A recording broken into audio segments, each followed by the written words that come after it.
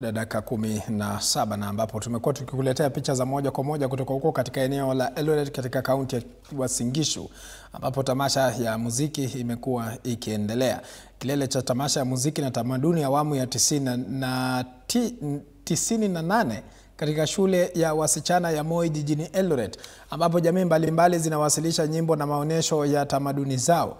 Naibu Rais Profesa Kithure Kindiki ambaye amehudhuria tamasha hiyo tumeona akishiriki katika shughuli ya kutoa ama kupeana zawadi. Kwa sasa hebu tuelekee hadi katika eneo la Eldoret mbashara kwenye tamasha hiyo, tuungane naye mwandishi wetu wa habari Mike Chalo. Kama unanipata vyema zaidi Mike, tueleze kwa kina zaidi ni makundi yapi ambayo yameweza kuibuka washindi katika tamasha hiyo.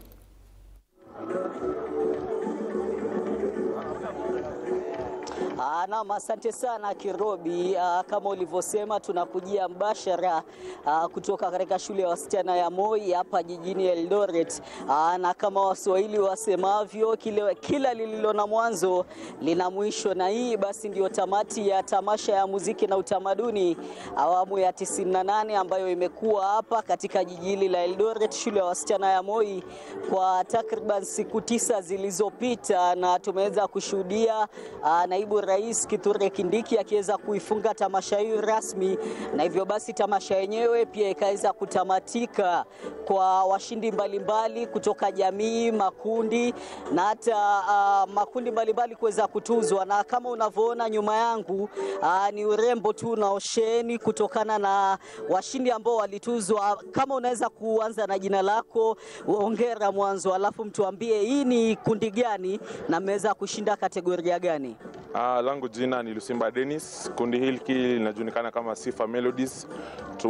Tunatoka Kakamega County, na katika tamasha hizi tumefanikiwa kuweza kuwa nambari 1 katika classes karibu 23 katika tamasha ya the 98th edition of the Kenya Cultural and Music Festivals. Yeah. Pengine ni kitu gani ambacho kilichangia ushindi wenu? Naona mmevuna unono, baadhi ya vikombe tu upande wangu wa kulia na wa kushoto ni vingi. Ni kitu gani ambacho mliweza kufanya tofauti na wenzenu? Tunafanya tofauti, moja ni kwamba tunapenda muziki, tuko na passion ya muziki. Ya pili ni mazoezi. Tunaweza kutilia maanani katika mazoezi tunayofanya kutoka mwanzo, kwa mfano kama tukishamaliza tamasha hivi tunaanza kujipanga kuhusiana na tamasha yenye itakayofuata, kutia bidii katika muziki ambao tunaofanya, na sisi wote tunapenda muziki. Naam. Asante sana. Pengine Kirobi niweze kuungana na kikundi tofauti, ukianza na jina lako huko mbashara TV 47. Pengine hii ni umeweza kushinda kitengo gani na hili ni kundi gani? Kwa majina naitwa Kelvin Omkaga wa pili. Natoka Kakamega, team ni the Mighty Weremba. So this trophy ni ya dance, Luya. Mimi ni Mluya by profession, napenda muziki. So hii ni ya dance ya Kiluya. Yeah. Pengine umekuwa peke yako ama umekuwa na wenzako, na ni kitu gani ambacho kiliweza kuchangia ushindi wenu nyinyi kama the Mighty Weremba? So kenye imechangia ushindi wetu ni zoezi, passion ya muziki, ni kujituma tu. Niko na wenzangu although wametoka kiasi, but tuko wengi, tumeshinda more trophies. Hii ni moja ya trophies, but kuna zingine mingi. Asante sana Kirobi, washindi ni wengi katika tamasha hii. Umeweza kushuhudia wakiweza kutuzwa na naibu rais Kithure Kindiki. Kumbuka kauli mbiu ya tamasha hii imekuwa ni nyuzi za utamaduni na urembo wa fursa, na tumeweza kushuhudia ama jamii zaidi ya 30 ambazo ziliweza kufika katika tamasha hii kuanzia siku ya Jumapili wiki ijayo, na tamasha hii imeweza kutamatika leo, na kufikia leo tumeweza kupata watumbuizaji ambao waliweza kuwasilisha nyimbo zao mbalimbali na jamii zao mbalimbali zaidi ya 25,000. Vile vile tuliweza kusikia kutoka kwake hotuba yake naibu rais Kithure Kindiki akisema kuwa serikali inajizatiti kuhakikisha kuwa inaweza kuwekeza zaidi katika sanaa hasa ya vijana ili kuweza kutambua talanta mbalimbali baina ya vijana. Vile vile kuweza kuhakikisha vijana katika jamii wanaweza kuzingatia mienendo ambayo ina manufaa katika jamii. Ni masuala mengi ambayo yamezungumziwa Kirobi katika tamasha hii, kutoka kwake gavana pia wa jiji la Uasin Gishu, kwa washikadau tofauti tofauti. Pia umeweza kusikia kauli za ucheshi wakiweza kusema kuwa sanaa ipo kila mahali, kila tunapozungumza kuna sanaa na ubunifu ndani yake, na pia ukaweza kusikia wakisema kuwa kauli kama vile za noma ni noma, fire si fire, kauli za wamudhende ni kauli za sanaa. Hivyo basi katika jamii kuna njia mbalimbali, hata basi wanasiasa wanapokuwa katika madhabahu, katika majukwaa, wanaweza kutumia sanaa kuweza kupiga siasa bila kutumia matusi na lugha ambayo inatamausha mbele ya umma. Kutoka katika jiji Kirobi ambapo tumekuwa tukukita kambi kwa takriban siku 9, Kumbuka TV, Digital na Radio 47 wamekuwa washirika wakuu wa tamasha hii ya awamu ya 98 ya muziki na utamaduni, na hivyo basi tumekuwa tukimjuza mtazamaji wetu masuala mengi tu kutoka katika runinga yetu, runinga yetu, radio yetu na pia mitandao yetu ya kijamii.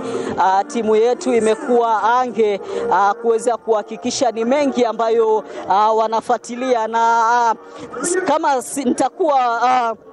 nitakuwa mfupi wa shukrani bila kuwatambulisha. Hiki ni chuo cha Mlima Kenya ambacho pia kimeweza kushinda baadhi ya tuzo katika tamasha hii.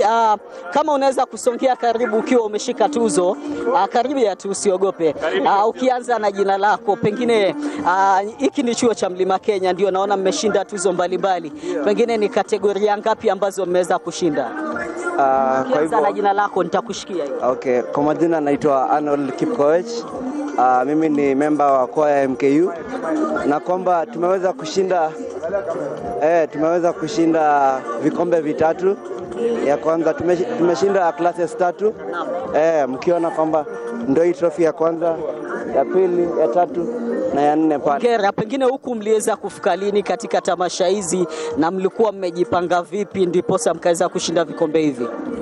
Tumeweza kufika mnamo tarehe 5, na tumekuwa na hatungeweza kufika mapema kwa kuwa tulikuwa na graduation pale shuleni.